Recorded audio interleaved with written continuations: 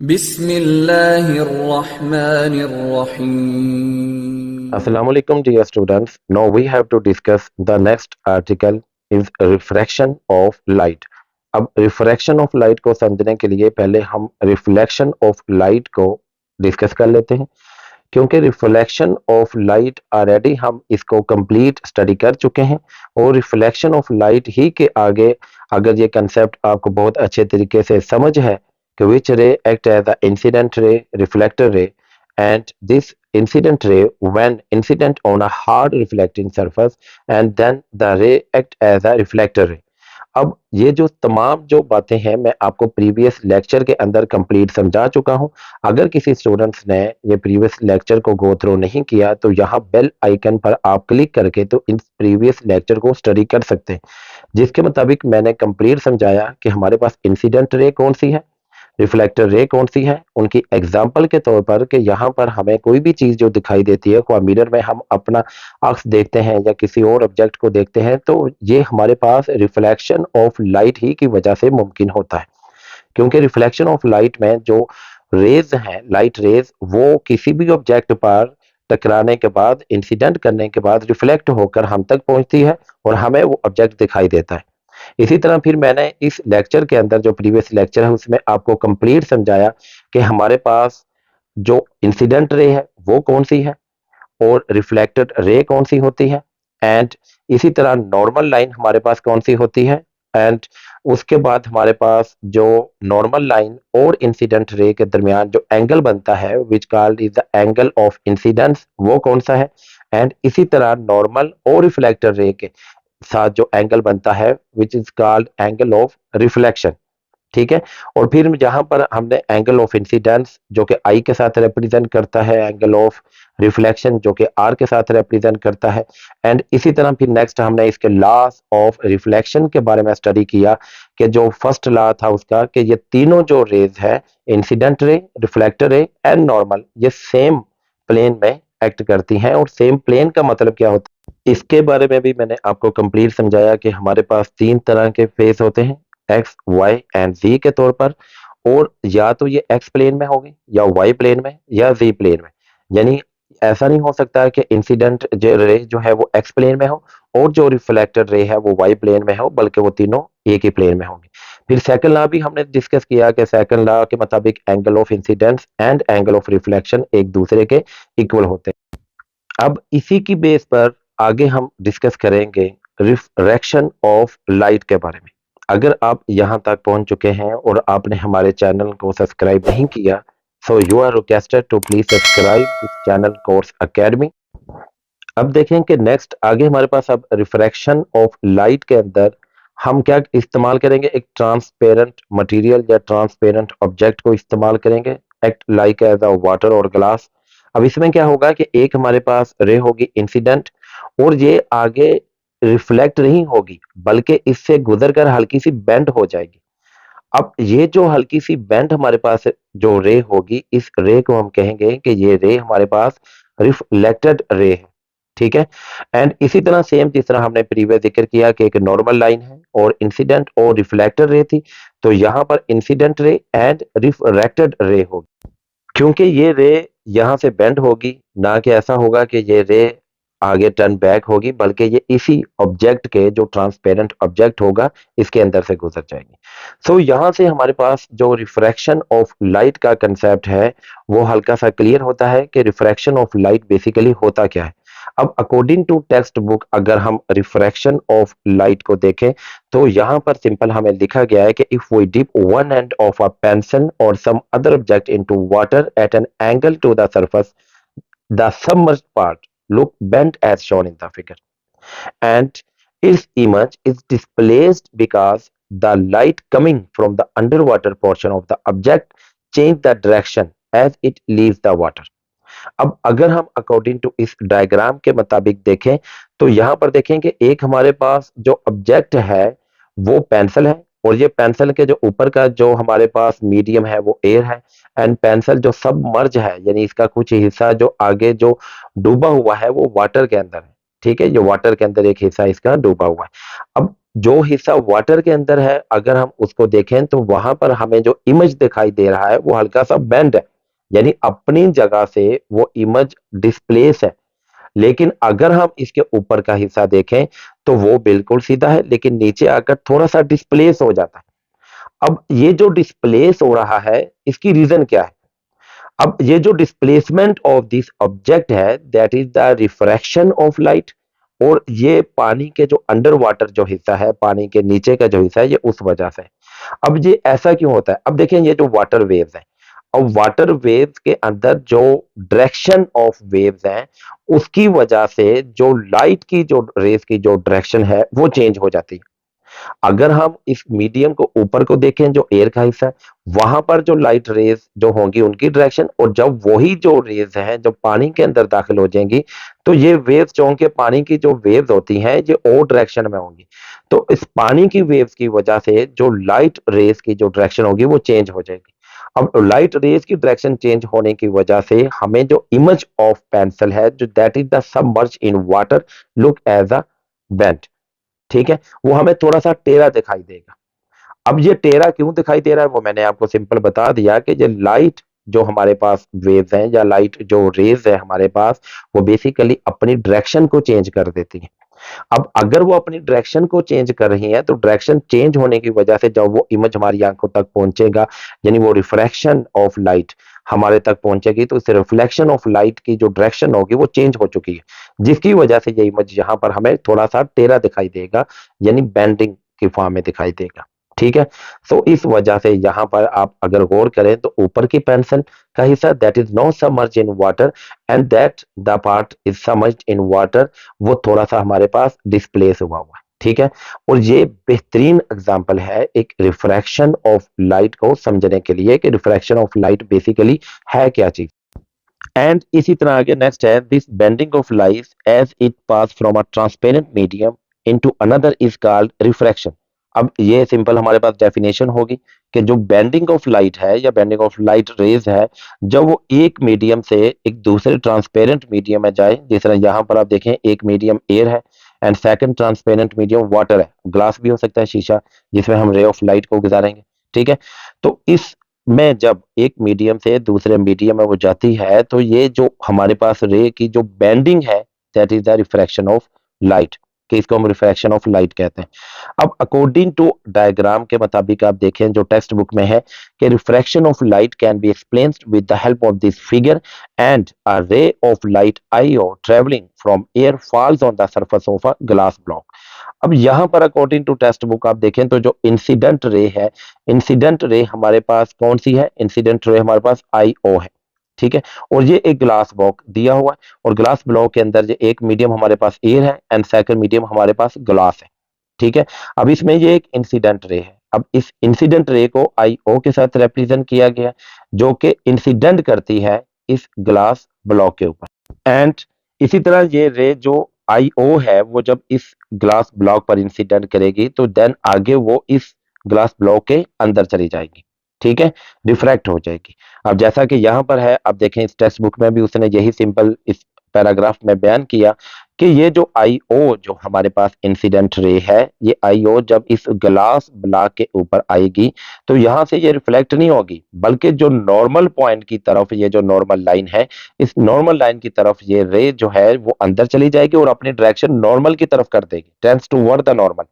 ठीक है, कि ये जो ओ आर जो रिफ्रैक्टेड रे है ये अपनी डायरेक्शन नॉर्मल लाइन की तरफ करेगी जिसकी वजह से ये बेंड होगी नॉर्मल की तरफ, और इसका जो डिस्टेंस है, जो ओ आर का जो डिस्टेंस है नॉर्मल की तरफ वो कम होगा एज कंपेयर टू इंसिडेंट रे का जो कि नॉर्मल की तरफ है। ठीक है, तो लिहाजा यही बात यहाँ पर सिंपल मेंशन की गई है कि ये जो रिफ्रैक्टेड रे है ये नॉर्मल की तरफ बेंड हो जाएगी एंड जो रिफ्रैक्टेड रे ओ आर है इसका और नॉर्मल के दरमियान अगर हम डिस्टेंस देखें एंड इसी तरह जो इंसिडेंट रे एंड नॉर्मल के दरमियान इन बिटवीन अगर हम डिस्टेंस देखें तो इंसिडेंट रे और नॉर्मल का डिस्टेंस ज्यादा है as compare to incident refracted ray and normal के दरमियान। ऐसा क्यों है? क्योंकि जो रिफ्रैक्टेड रे है ओ आर ये बेंड हो रही है नॉर्मल की तरफ जिसकी वजह से इनका डिस्टेंस कम कम है as compare to incident ray and normal. And next है the ray IO and OR are called incident ray and refractor ray respectively, and the angle I made by the incident ray with the normal is called angle of incidence। and अगर according to figure हम देखें तो incident ray IO and normal N, अब इनके दरमियान जो angle हमारे पास बन रहा है वो एंगल हमारे पास एंगल ऑफ इंसिडेंस आई है। जैसा यहाँ पर आप फिगर में देखें तो एक इंसिडेंट रे है एंड इसी तरह यहाँ पर एक रिफ्लेक्टर रे है OR। तो जो इंसिडेंट रे IO है इसके साथ जो एंगल बनेगा वो एंगल ऑफ इंसिडेंट कहलाएगा, एंड रिफ्रैक्टेड रे OR के साथ जो एंगल बनेगा विद नॉर्मल वो हमारे पास एंगल ऑफ रिफ्रैक्शन कहलाएगा। अब यहाँ पर आप देखें अकॉर्डिंग टू एरो के मुताबिक तो ये आई हमारे पास एंगल है और ये आई एंगल हमारे पास रिप्रेजेंट कर रहा है एंगल ऑफ इंसिडेंस को, जो कि angle of incidence is made with incident ray and normal line. ठीक है, तो ये इंसिडेंट रे और नॉर्मल लाइन के इन बिटवीन एंगल बनता है। ठीक है, यहाँ पर हम लिख लेते हैं साथ कि ये इंसिडेंट रे और नॉर्मल के साथ जो एंगल बनेगा वो एंगल ऑफ इंसिडेंस कहलाएगा। ठीक है, एंड इसी तरह जो हमारे पास रिफ्रैक्टेड रे है OR, और OR एंड नॉर्मल के साथ जो एंगल बनता है वो एंगल ऑफ रिफ्रैक्शन होता है। ठीक है, सो ये नॉर्मल लाइन के साथ एंड रिफ्रैक्टेड रे के साथ जो एंगल बन रहा है वो हमारे पास एंगल ऑफ रिफ्रैक्शन है और जिसको हम R के साथ रिप्रेजेंट करते हैं। एंड अगर आप देखें तो थोड़ा सा और अकॉर्डिंग टू आप फिगर देखें तो angle of incidence is greater than angle of refraction, क्योंकि हमने अभी जिक्र किया कि जो डिस्टेंस है between refractor ray and normal वो कम होता है as compare to distance between incident ray and normal के। ठीक है, एंड इसी के साथ आगे उसने मजीद हमें बताया कि एक हमारे पास और रे है जो कि रिप्रेजेंट होती है ME। अब ME हमारे पास अगर हम अकॉर्डिंग टू डायग्राम देखें तो ME हमारे पास वो रे है जो ग्लास से बाहर की तरफ जा रही होती है, और अगर तो रे हमारे पास ग्लास के अंदर की तरफ आएगी जिसको हम रिफ्रैक्टर रे कहते हैं तो वो बेंड होती है नॉर्मल की तरफ। लेकिन अगर आउटसाइड ऑफ ग्लास हमारे पास रे हो रही है तो ऐसी सूरत में ये बेंड अवे होगी नॉर्मल से।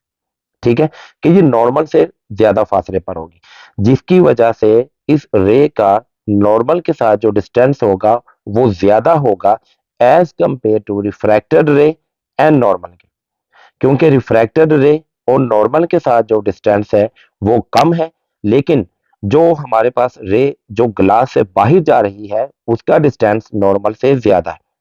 क्यों ज्यादा है? क्योंकि वो बेंड्स अवे है। इसी तरह जो इंसिडेंट रे और नॉर्मल है इनका डिस्टेंस भी ज्यादा है। एंड सेकंडली और आप अगर इन डायग्राम को देखें तो यहाँ पर जो इंसिडेंट रे और नॉर्मल है तो इंसिडेंट रे और वो रे जो ग्लास से बाहर जा रही है, ठीक है, ये दोनों रे हमारे पास सेम डायरेक्शन में फिर हासिल हो जाएंगी और वही रे हमारे पास अंदर की तरफ बेंड होगी जो ग्लास के अंदर की तरफ है। ठीक है, सो ये हमारे पास जो है वो डिस्प्लेसमेंट इसका ज्यादा होगा जो कि ग्लास से बाहर की तरफ है, लेकिन उसका डिस्प्लेसमेंट विद नॉर्मल कम होगा जो ग्लास के अंदर की तरफ है। सो यहां तक हमारे पास जो डिफ्रैक्शन ऑफ लाइट है अकॉर्डिंग टू टेक्स्ट बुक आपको यह आर्टिकल समझ आ चुका होगा कि how the bending of rays as a refracted ray can be occur in refraction of light. And अगर हम इसके डेफिनेशन की तरफ देखें तो this definition is also consist as the bending of refracted ray. जैसा यहाँ पर है the process of bending of light as it passes from air into glass and vice versa. It means again अगर glass air की तरफ है तो same इसकी डायरेक्शन चेंज होगी। ठीक है, एंड नेक्स्ट अगर हम इसके लॉज ऑफ रिफ्रैक्शन के बारे में डिस्कस करें तो laws of refraction same like as laws of reflection था। एंड इसके फर्स्ट लॉ के मुताबिक है हमारे पास the incident ray, the refracted ray and normal at the point of incidence are lie in the same plane. ठीक है, अब हमने लॉ ऑफ रिफ्लेक्शन के बारे में मैंने आपको बड़ी डिटेल से बता चुका हूं कि सेम प्लेन का हमारे पास क्या मतलब है। सपोज करें कि जिस तरह ये एक हमारे पास ट्रांसपेरेंट मटेरियल है और ये एक रे है जो एज ए इंसिडेंट रे के तौर पर है जो इस ट्रांसपेरेंट मटेरियल पर आकर टकराती है, और टकराने के बाद चूंकि ये रिफ्लेक्ट नहीं होती बल्कि इसके अंदर ही बेंड हो जाती है क्योंकि ये एक ट्रांसपेरेंट मटेरियल है। तो ये हमारे पास हो गया एक रिफ्रैक्टर रे और ये हमारे पास एक नॉर्मल लाइन है।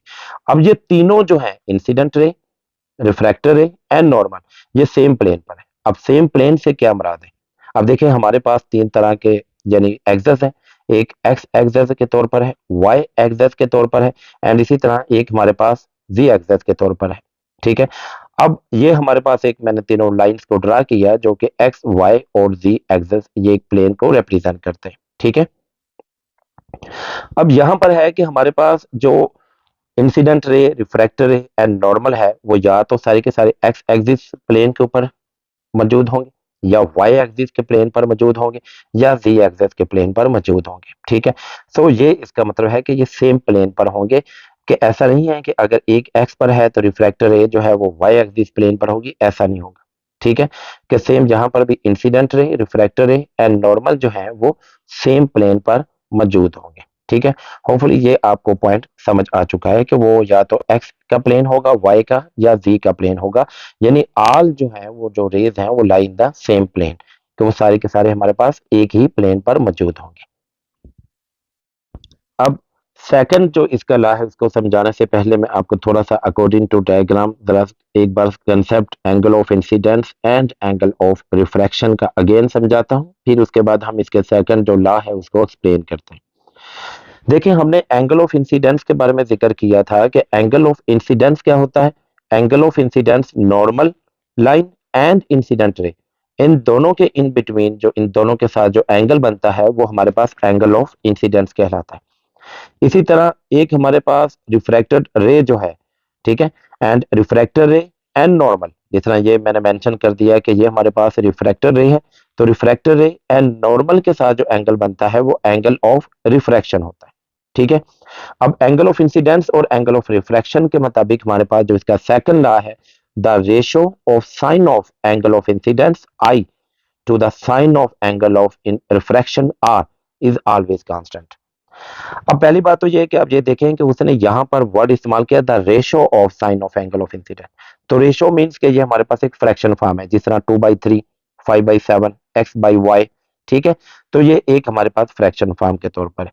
अब फ्रैक्शन फॉर्म हमारे पास किन किन की है? एक हमारे पास एंगल ऑफ इंसिडेंस आई की है एंड एक हमारे पास एंगल ऑफ रिफ्रैक्शन आर की है। लेकिन एंगल ऑफ इंसिडेंस आई और आर के साथ उसने मेंशन किया ये sine of angle of incidence है।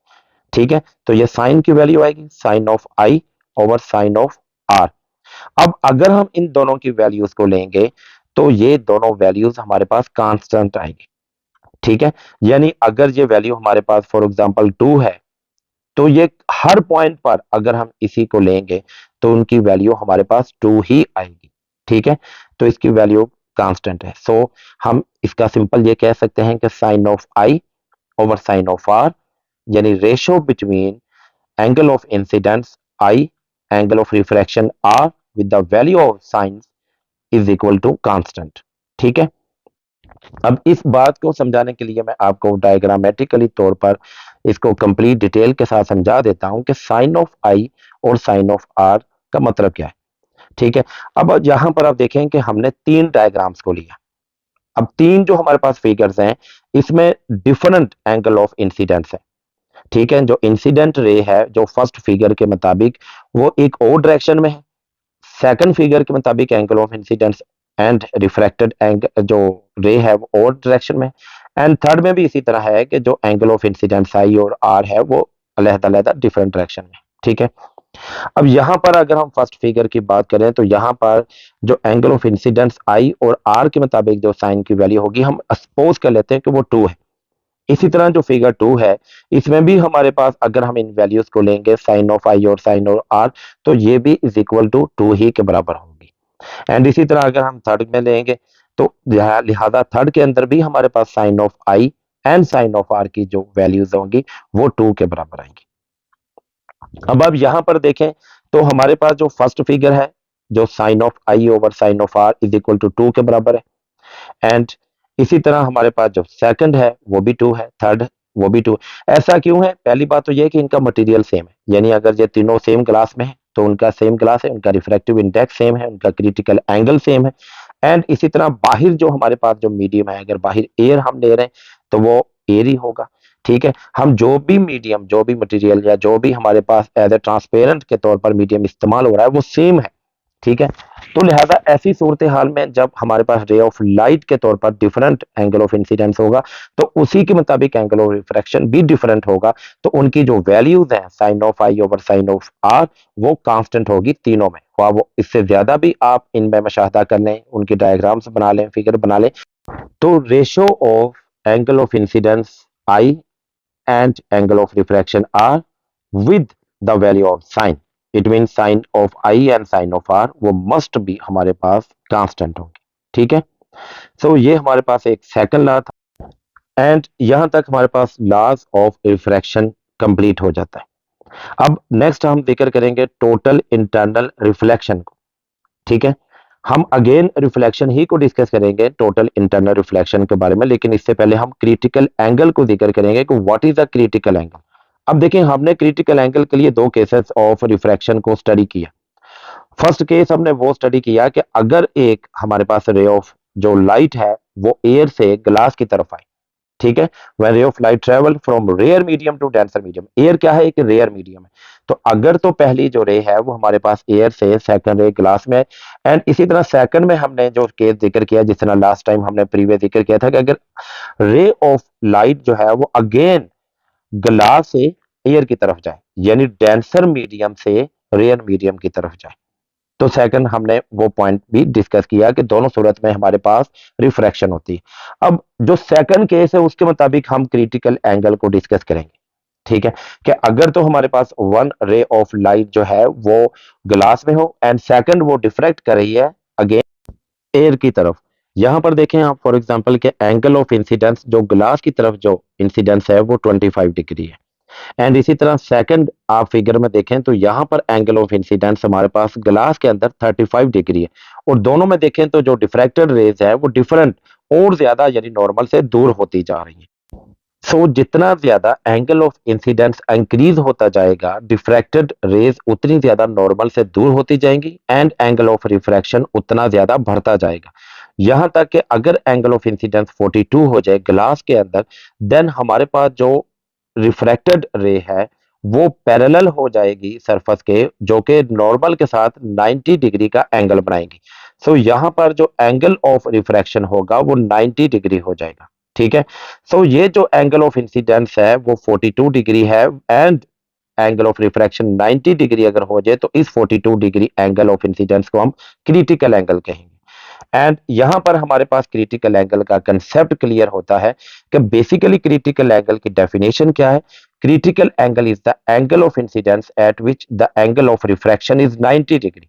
कि अगर तो हमारे पास एंगल ऑफ रिफ्रैक्शन यानी रिफ्रैक्टर रे एंड नॉर्मल के साथ हमारे पास अगर एंगल 90 डिग्री हो तो एंगल ऑफ इंसिडेंस को हम क्रिटिकल एंगल कहेंगे। अब अगर क्रिटिकल एंगल की हमें समझ आ चुकी है, देन हम अब आसान होगा टोटल इंटरनल रिफ्लेक्शन को समझाना। अब टोटल इंटरनल रिफ्लेक्शन बेसिकली क्या है?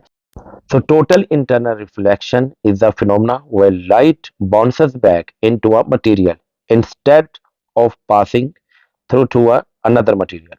अब यहां पर देखें तो टोटल इंटरनल रिफ्लेक्शन के मुताबिक तो आप सबसे पहले इस डायग्राम में देखें, हमने यहां पर अगर गौर करें तो एक क्रिटिकल एंगल है। अब क्रिटिकल एंगल जो सेकंड जो फिगर है जहां पर रिप्रेजेंट करी है वो मैं आपको समझा चुका हूं कि जब रिफ्रैक्टर एंड नॉर्मल के साथ जो एंगल ऑफ रिफ्रैक्शन हमारे पास 90 डिग्री हो तो वो क्रिटिकल एंगल होता है। लेकिन अगर एंगल ऑफ इंसिडेंस इस क्रिटिकल एंगल से भी इंक्रीज कर जाए, यानी एंगल ऑफ इंसिडेंस 42 से भी इंक्रीज कर जाए, तो जो रिफ्रैक्टर रे है जैसा यहां पर आप सेकंड में देखें तो जो पैरेलल थी सरफेस के और नॉर्मल और जो रिफ्रैक्टर रे इनके दरमियान एंगल 90 का बन रहा था, लेकिन वही रिफ्रैक्टर रे फिर बाहर नहीं जाएगी दूसरे मीडियम में, बल्कि वो अंदर ही रिफ्लेक्ट हो जाएगी।